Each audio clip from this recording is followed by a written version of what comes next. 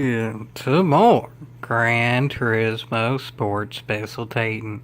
Today we're featuring my final race for my main account doing full-time racing.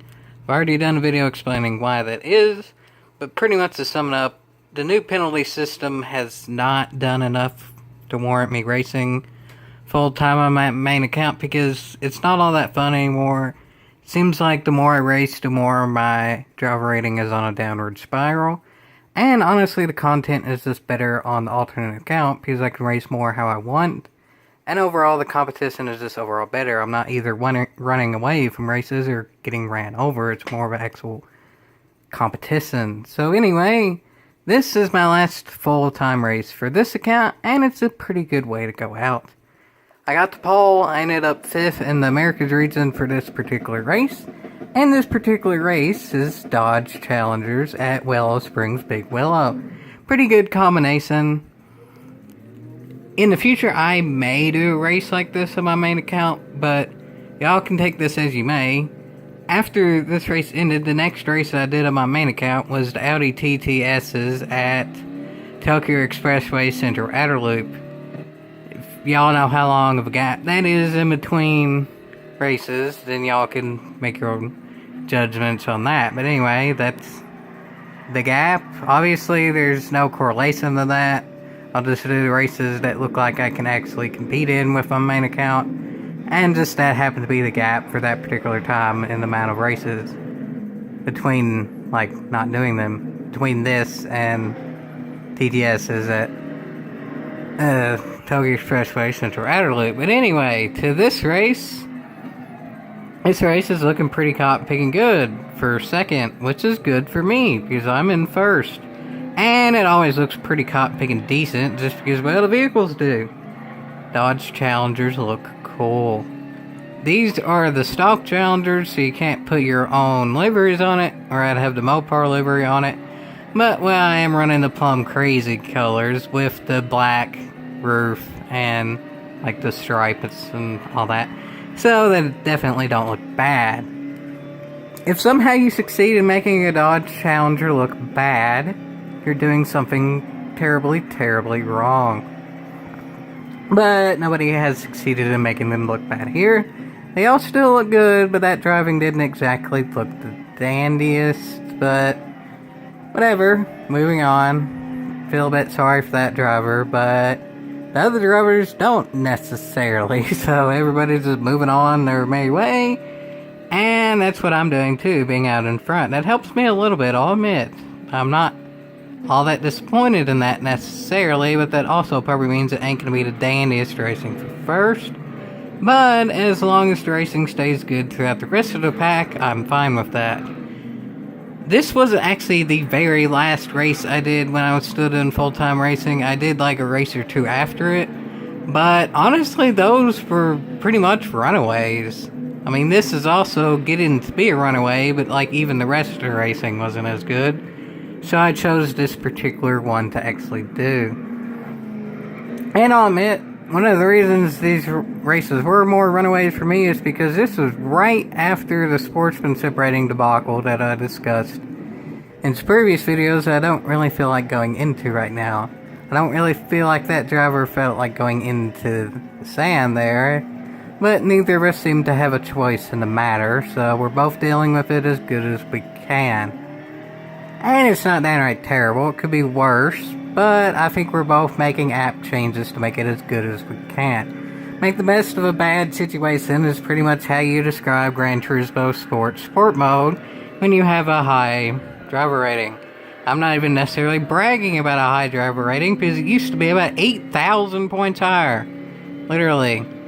And that's not even really counting the reset type thing. I mean, that is factoring in the reset, but I'm not even counting where I got 72,000 after the reset, because I understood the races between then getting to 70,000 and 72 would be easier by default because of the lower sportsmanship rating, which brings back to this race. That's why I'm doing better in this race, because I had a lower sportsmanship rating, and why I mentioned the previous reset, because none of those were my own fault. But nonetheless, I don't think anybody's made anyone else at fault this race, so I can't complain too much. This has been overall clean racing, even though it's not the highest sportsmanship rating field.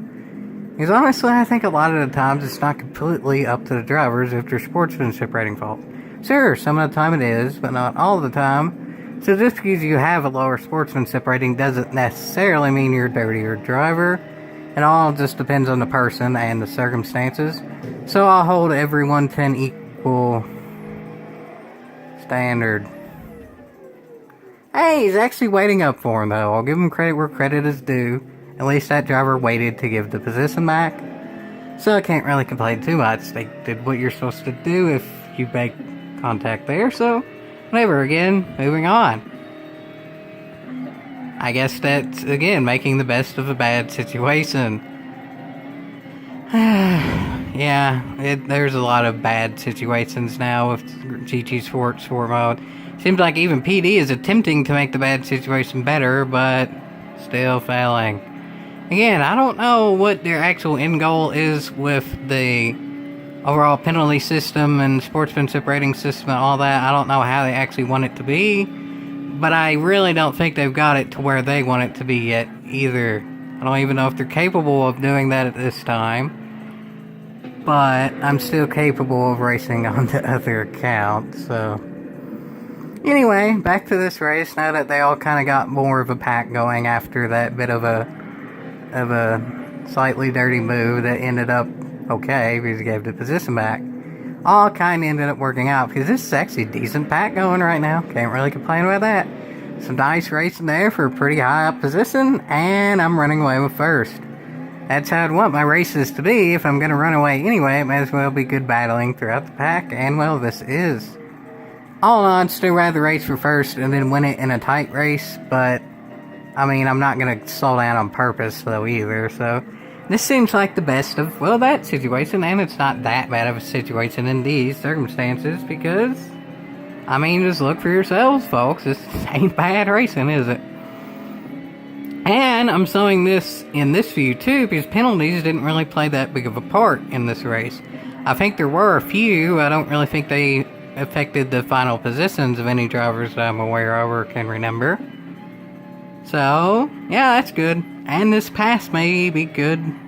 Oh, Jiminy Cricket, that driver's holding it there.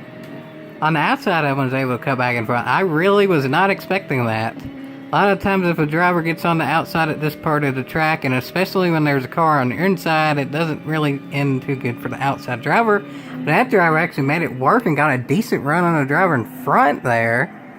So, that worked out as good as that driver could make it be. Jiminy Cricket, that driver's going to make the pass, too. And that's a really cotton-picking good driving there. That's...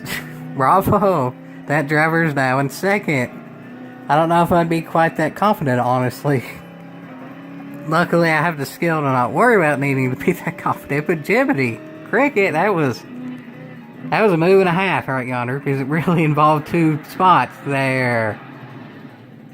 Well, I don't know what type of moves that was, but whatever. It was a good enough race for a long enough time where I think it's still overall a pretty positive and fun race to Jiminy Cricket.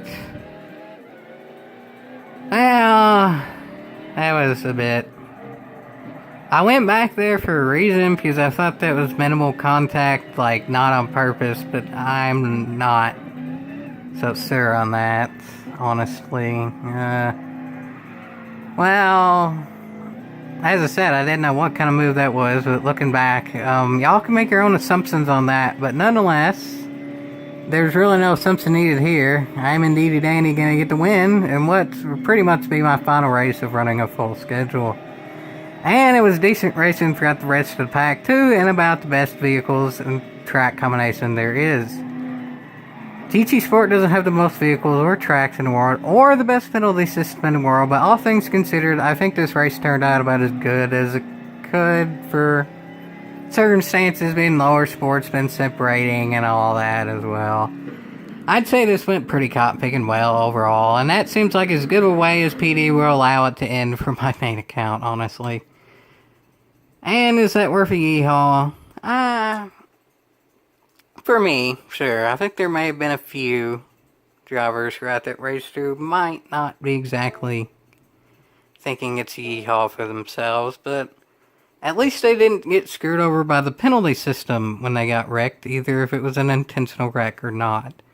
That's rare nowadays. And given all of that considered, plus now I'll be racing in my alternate account where whether the penalties are fair or not, it doesn't matter too much. That is most definitely worth a yeehaw.